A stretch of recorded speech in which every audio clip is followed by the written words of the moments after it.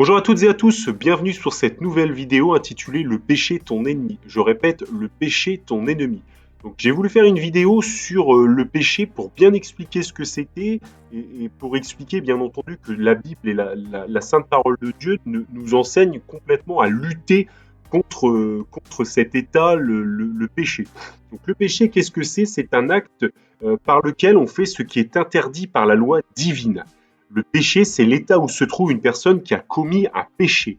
En sachant que le synonyme du péché, c'est l'iniquité. Ça veut dire la même chose. Donc c'est vraiment le Seigneur a instauré donc des lois, ce qu'on appelle la loi divine, et le fait de transgresser cette loi, on fait ce qu'on appelle un péché, une iniquité. Donc, où finalement trouver ces règles. Alors ces règles, on va les trouver à la fois dans l'Ancien Testament et à la fois dans le Nouveau Testament. Il y a vraiment une continuité entre ces règles, même s'il y en a certaines où le Seigneur Jésus est venu apporter des précisions. Donc, où sont les principales règles dans l'Ancien Testament? Bon, elles sont un petit peu partout, mais il y a vraiment un moment vraiment particulier lorsque l'Éternel, en fait, Dieu Tout-Puissant, a donné les 5 commandements, les 10 commandements au peuple juif. Donc, c'est à l'Exode, chapitre 20, versets 1 à 18. Alors Dieu prononça toutes ces paroles en disant: Je suis l'Éternel, ton Dieu, qui t'ai fait sortir du pays d'Égypte, de la maison de servitude. Tu n'auras pas d'autre Dieu devant ma face. Tu ne feras point d'image taillée ni de représentation quelconque des choses qui sont en haut dans les cieux, qui sont en bas sur la terre et qui sont dans les eaux plus bas que la terre. Tu ne te prosterneras point devant elles, et tu ne les serviras point, car moi, l'Éternel, ton Dieu, je suis un Dieu jaloux, qui punit l'iniquité des pères sur les enfants jusqu'à la 3e et la 4e génération de ceux qui me haïssent, et qui fait miséricorde jusqu'en 1000 générations à ceux qui m'aiment et qui gardent mes commandements. Tu ne prendras point le nom de l'Éternel ton Dieu en vain, car l'Éternel ne laissera point impuni celui qui prendra son nom en vain. Vous savez, c'est dire le nom du Seigneur en l'air comme ça. Voilà. Souviens-toi du jour de repos pour le sanctifier. Tu travailleras 6 jours et tu feras tout ton ouvrage. Et le 7e jour est le jour du repos de l'Éternel ton Dieu. Tu ne feras aucun ouvrage, ni toi, ni ton fils, ni ta fille, ni ton serviteur, ni ta servante, ni ton bétail, ni l'étranger qui est dans tes portes. Car en 6 jours l'Éternel a fait les cieux, la terre et la mer, et tout ce qui est contenu, et il s'est reposé le 7e jour. C'est pourquoi l'Éternel a béni le jour du Seigneur et l'a sanctifié. Bon, le Seigneur Jésus est venu apporter des précisions par rapport ce qui est appelé là en fait le sabbat, le 7e. Honore ton père et ta mère, afin que tes jours se prolongent dans le pays que l'Éternel ton Dieu te donne. Tu ne tueras point, tu ne commettras point d'adultère, tu ne déroberas point, tu ne porteras point de faux témoignages contre ton prochain. Tu ne convoiteras pas la maison de ton prochain, tu ne convoiteras pas la femme de ton prochain, ni son serviteur, ni sa servante, ni son bœuf, ni son âne, ni aucune chose qui appartienne à ton prochain. Tout le peuple entendait les tonnerres et le son de la trompette, il voyait les flammes et la montagne fumante. À ce spectacle, le peuple tremblait et se tenait dans l'éloignement. Donc voilà, c'est vraiment le fondement des règles. Alors après, il y en a tout un tas d'autres qui a été donné par le Seigneur, notamment la création de l'Arche d'Alliance, etc., les règles, le sacrifice, etc. Mais bon, ça je ne vais pas rentrer dans ce détail-là, puisque voilà, ces règles-là ont été données au peuple juif, et tout le monde n'est pas juif, voilà, et n'est pas le peuple élu de Dieu, et voilà. Donc, bon, après, on est aussi juif. Enfin bon, je ne vais pas rentrer dans ce détail-là, mais voilà, c'est vraiment à donner dans une situation particulière. Mais en tout cas, ces règles-là s'appliquent. Quand on le voit dans l'évangile de Jean, au chapitre 12, versets 28 à 33, un des scribes qui les avait entendus discuter, sachant que Jésus avait bien répondu aux Sadducéens, s'approcha et lui demanda: Quel est le premier de tous les commandements? Jésus répondit: Voici le premier. Écoute, Israël, le Seigneur notre Dieu est l'unique Seigneur. Et tu aimeras le Seigneur ton Dieu de tout ton cœur, de toute ton âme et de toute ta pensée et de toute ta force. Voici le second. Tu aimeras ton prochain comme toi-même. Il n'y a pas d'autre commandement plus grand que cela.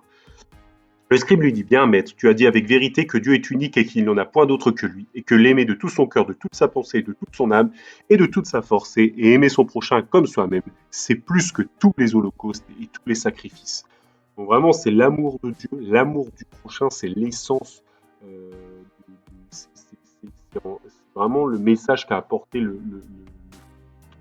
finalement le Seigneur. Voilà. Ensuite, on a aussi dans un livre dans l'Ancien Testament, on a le livre des Proverbes, au chapitre 6, versets 16 à 19, qui nous donne encore d'autres règles et qui nous décrit un petit peu finalement le Dieu Tout-Puissant et ce qu'il aime et ce qu'il n'aime pas, et notamment là, c'est ce qu'il n'aime pas. Et il y a 6 choses que est l'Éternel, et même 7 qu'il a en horreur, les yeux hautains, la langue menteuse, les mains qui répandent le sang innocent, le cœur qui médite les projets iniques, les pieds qui se hâtent de courir au mal, le faux témoin qui dit des mensonges, et celui qui excite des querelles entre frères. Donc vraiment, il faut pas oublier que c'est le Seigneur enfin, c'est la loi, les règles ont été données par le Seigneur dans sa Bible. Et c'est finalement, plus on va connaître sa Bible, plus on va connaître le Seigneur, plus on va connaître ce qui lui est agréable, plus on va connaître ce qui lui est désagréable et ce qui lui est désagréable, et plus on va connaître les règles qu'il a émises, et donc du coup, plus on va pouvoir appréhender quand est-ce qu'on est en péché, c'est-à-dire quand est-ce qu'on n'est pas en accord avec ces règles et quand est-ce qu'on l'est. Alors, ce qu'il faut bien comprendre, donc une fois qu'on a compris ce qu'était le péché et là où étaient les règles par rapport au péché, bon, il y en a encore des tas d'autres, hein. Je ne vais pas les lister, ça prendrait un temps assez important. Il faut bien comprendre que le péché mène à la mort. C'est-à-dire que c'est ce que nous disait Paul dans l'Épître aux Romains, au chapitre 6, verset 23, nous disait « Car le salaire, c'est-à-dire ce qu'on récolte du péché, c'est la mort. Mais le don gratuit de Dieu, c'est la vie éternelle en Jésus-Christ notre Seigneur. » Oui, Jésus-Christ notre Seigneur nous lave du péché, donc par son don à la croix, par son don, il nous donne la vie éternelle. Mais le salaire du péché, c'est la mort. Si nous n'aurions pas le Seigneur Jésus, puisque nous avons transgressé, puisque nous avons péché, nous méritons la mort.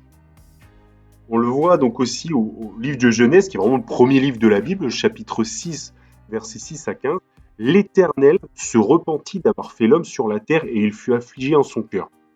Et l'Éternel dit, « J'exterminerai de la face de la terre l'homme que j'ai créé, depuis l'homme jusqu'au bétail, aux reptiles, aux oiseaux du ciel, car je me repens de les avoir faits. » Mais Noé trouva grâce aux yeux de l'Éternel. Voici la postérité de Noé. Noé était un homme juste et intègre dans son temps. Noé marchait avec Dieu. Noé engendra 3 fils, Sem, Cham et Japheth. La terre était corrompue devant Dieu, la terre était pleine de violence. Dieu regarda la terre et voici elle était corrompue, car toute chair avait corrompu sa voie sur la terre. Alors Dieu dit à Noé, « La fin de toute chair est arrêtée par devers moi, car ils ont rempli la terre de violence. Voici, je vais les détruire avec la terre. Fais-toi une arche de bois de gopher, tu disposeras cette arche en cellules et tu l'enduiras de poids en dedans et en dehors. Voici comment tu la feras. L'arche aura 300 coudées de longueur, 50 coudées de largeur et 30 coudées de hauteur. » Donc là, après, c'est l'histoire de l'arche avec le déluge qui va entraîner la mort de milliers de personnes. Pourquoi ? Parce que ces personnes-là étaient violents.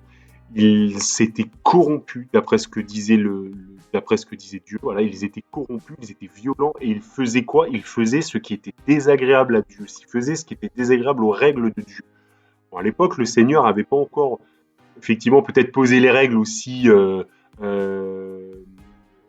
claires que c'est le cas aujourd'hui, mais en tout cas, il est évident que le fait d'être violent, de tuer, voilà, c'est par rapport aux 10 commandements qu'on a vu avant, c'est une transgression, c'est un péché devant le Seigneur, et le salaire du péché, c'est la mort, et le Seigneur a fait venir quoi ? Le déluge.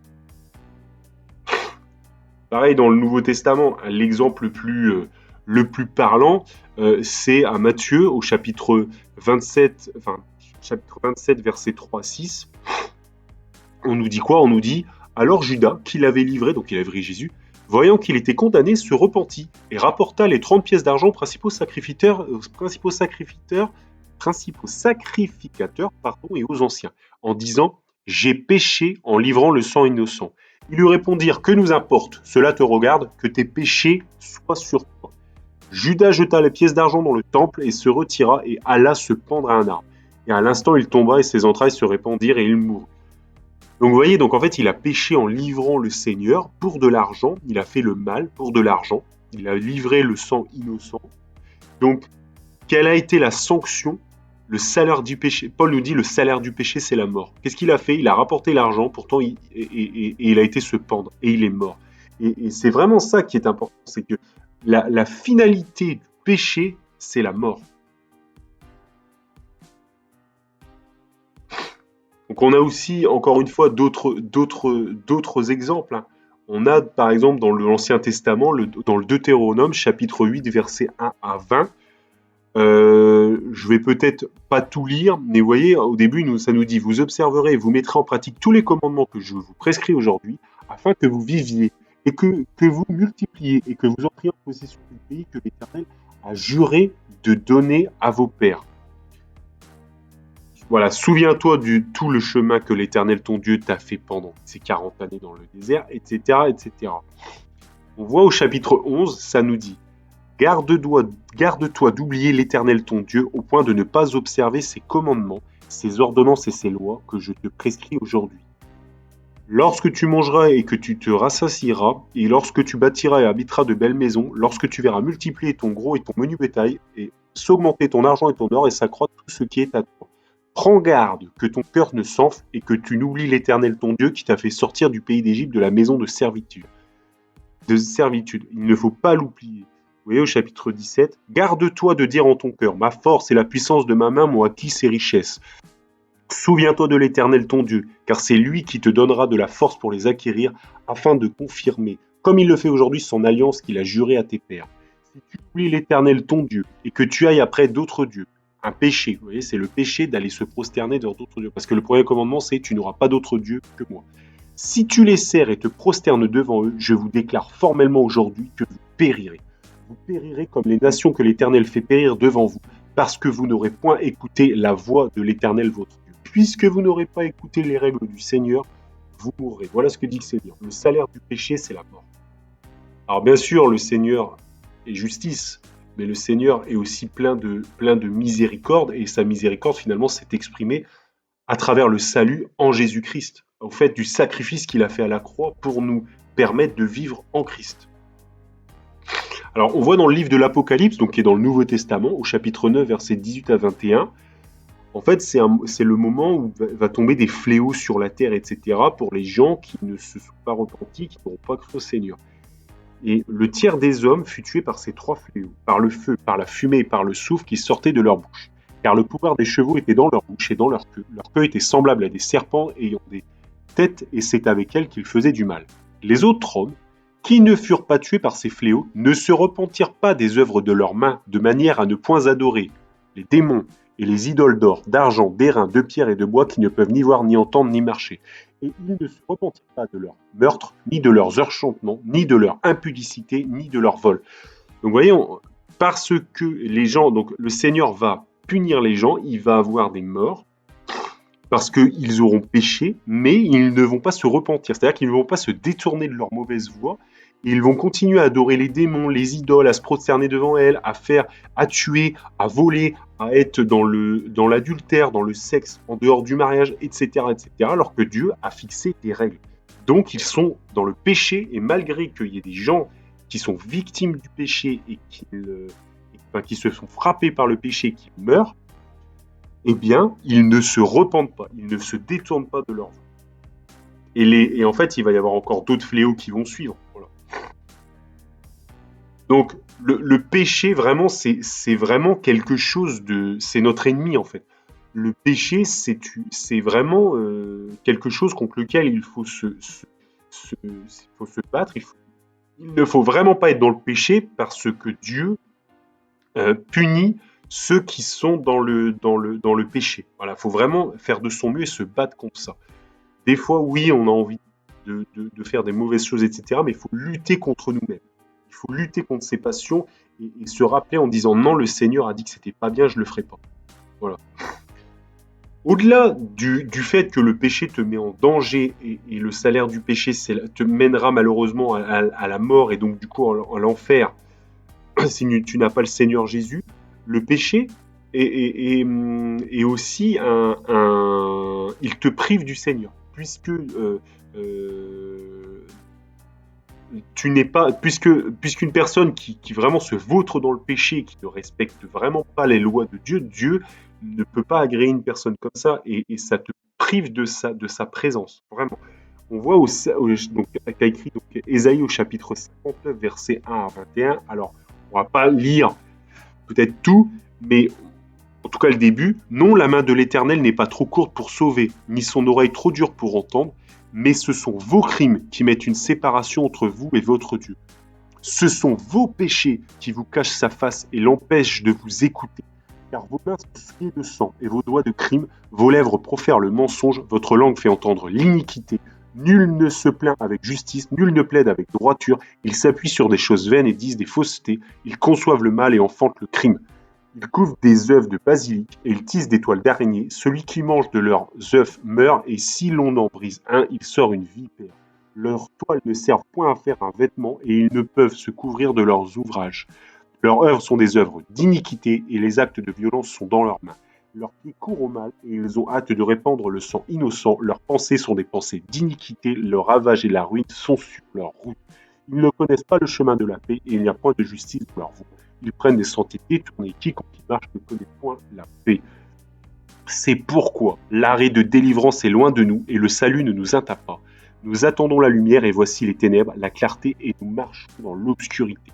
Nous tâtonnons comme des aveugles le long d'un mur, nous tâtonnons comme ceux qui n'ont point Dieu, nous chancelons à midi comme au milieu de l'abondance, nous ressemblons à des morts. Nous grondons tous comme des ours, nous gémissons comme des colombes, nous attendons la délivrance et elle n'est pas là, le salut et il est loin de nous, car nos transgressions sont nombreuses devant toi, et nos péchés témoignent contre nous. Nos transgressions sont avec nous, et nous connaissons nos crimes. Nous avons été coupables et infidèles envers l'Éternel. Nous avons abandonné notre Dieu. Vous voyez, c'est vraiment le péché. Pour le Seigneur, il est complètement, il est tout puissant. Donc oui, il peut sauver. Oui, son oreille n'est pas trop dure pour entendre, mais puisque à cette époque, en tout cas une partie du peuple était complètement vautrée dans le péché, c'est-à-dire dans la désobéissance totale, le Seigneur n'écoutait plus. Le Seigneur n'écoutait plus, et ils étaient séparés de la présence de Dieu. Voilà, donc ça prive de la présence du Seigneur. Alors, il faut savoir que le péché, c'est une histoire qui est très très ancienne. Finalement, c'est malheureusement, dès le départ, nous sommes tous pécheurs. Alors ça, c'est important que je le dise aussi, c'est que nous sommes tous pécheurs. Maintenant, c'est pas parce qu'on est pécheur qu'on doit se vautrer dans le péché. Justement, il faut acquérir de la connaissance avec la Bible, sur la loi divine, sur ce que veut le Seigneur, et marcher finalement de mieux en mieux pour transgresser la loi du Seigneur de moins en moins, pour vraiment lui faire ce qui est agréable. Sinon, effectivement, le salaire du péché, c'est la mort. Donc, mais bien sûr, nous sommes tous pécheurs, nous méritons tous de mourir, mais le Seigneur Jésus nous sauve. Le péché, c'est une histoire ancienne, donc je vais peut-être pas lire l'extrait que je vous ai pris, mais en tout cas, je vous laisserai mettre en pause et regarder. Genèse, chapitre 3, donc versets 1 à 22, où finalement le Seigneur avait demandé de ne pas manger du fruit de la connaissance du bien et du mal, et le serpent ancien est venu tenter la femme et lui a fait goûter, voilà. Il lui a menti, vous voyez, au chapitre 3, verset 4, il lui a dit « Vous ne mourrez point, mais Dieu sait que le jour où vous en mangerez, vos yeux s'ouvriront et que vous serez comme des dieux, connaissant le bien et le mal. » Donc, vous voyez, il a dit « Mais non, il n'a pas dit ça. » Alors que si, il avait dit « Il ne faut pas faire ça. » Il a dit « Mais non, mais vous ne ferez pas ça, vous ferez ci, vous ferez ça. » Vous voyez, il l'a séduite. Elle en a mangé, elle l'a donné à son mari, et son mari, il en a mangé. Voilà, donc il y a eu transgression. Et suite à cette transgression, il y a eu une sanction. Vous voyez, au chapitre 15, on nous dit « Je mettrai inimitié entre toi et la femme, entre ta postérité et celui-ci t'écrasera la tête et tu blesseras le talon. J'augmenterai la souffrance de tes grossesses, tu enfanteras avec douleur. » Etc., etc. Il dit à l'homme « Puisque tu as écouté la voix de la femme et que tu as mangé de l'arbre au sujet de lequel je t'avais donné certains, tu n'en mangeras point. Le sol sera maudit à cause de toi. C'est à force de peine que tu retireras ta nourriture tous les jours de ta vie. » Vous voyez, le péché a entraîné finalement une sanction de la part du Seigneur. Donc oui, on n'a pas envie de pécher parce que clairement on n'a pas envie que le Seigneur nous sanctionne, et en plus on a plutôt envie de lui plaire, surtout après le sacrifice merveilleux qu'il a fait à la croix pour nos péchés. La main qui nous a tendus, c'est formidable. Alors, je reviens sur le fait que le péché, c'est une histoire ancienne, donc c'était le serpent. Il faut savoir que le serpent ancien, c'est le diable. Voilà. Et finalement, le péché, c'est l'arme du diable. On le voit donc dans l'évangile de Luc, au chapitre 4, versets 1 à 13, quand le diable a tenté Jésus. Il lui disait, donc Jésus, rempli du Saint-Esprit, revint au Jourdain et il fut conduit par l'Esprit dans le désert, où il fut tenté par le diable pendant 40 jours. Il ne mangea rien durant ces jours-là, et après qu'ils furent écoulés, il eut faim. Le diable lui dit, si tu es fils de Dieu, ordonne à cette pierre qu'elle devienne du pain. Jésus lui répondit, il est écrit, l'homme ne vivra pas de pain seulement. Le diable l'ayant élevé lui montra en un instant tous les royaumes de la terre. Il lui dit, je te donnerai toute cette puissance et la gloire de ces royaumes, car elle m'a été donnée et je la donne à qui je veux. Si donc tu te prosternes devant moi, elle sera toute à toi. Jésus lui répondit, il est écrit, tu adoreras le Seigneur ton Dieu et tu le serviras lui seul. Vous voyez, on revient au premier commandement dans l'Exode, vous voyez, où tu aimeras le Seigneur ton Dieu de tout ton cœur, de toute ton âme, et tu n'auras pas d'autre Dieu que moi. Vous voyez, c'est vraiment là le premier commandement. Donc le diable lui disait non mais adore-moi, et le Seigneur Jésus a dit non, moi il est écrit dans la Bible, donc la loi divine, le Seigneur a dit tu adoreras le Seigneur ton Dieu et tu serviras lui seul, donc non je ne ferai pas ce que tu me demandes, parce que ce serait me mettre en transgression, ce serait faire un péché par rapport à la loi de Dieu. Donc le diable le conduisit encore à Jérusalem et le plaça sur le haut du temple et lui dit si tu es fils de Dieu, jette-toi d'ici en bas car il est écrit. Il donnera des ordres à ses anges à ton sujet afin qu'ils te gardent et ils te porteront sur les mains de peur que ton pied ne heurte contre une pierre. Jésus lui répondit, il est dit, tu ne tenteras point le Seigneur ton Dieu. Après l'avoir tenté de toutes ces manières, le diable s'éloigna de lui jusqu'à un moment favorable. Donc le diable bien sûr a essayé de tenter le Seigneur Jésus pour qu'il pêche. Bien sûr le Seigneur Jésus connaît toute la loi, toutes les règles, etc. Il connaît la sainte parole de Dieu, etc. parce qu'il est Dieu. Donc oui, donc il n'a pas péché, donc le diable, l'arme utilisée qui était de vouloir faire pécher Jésus a échoué puisque le Seigneur Jésus ne pêche pas. Alors, donc c'est vraiment important de savoir que le diable vient, donc notre ennemi vient sur ce terrain-là.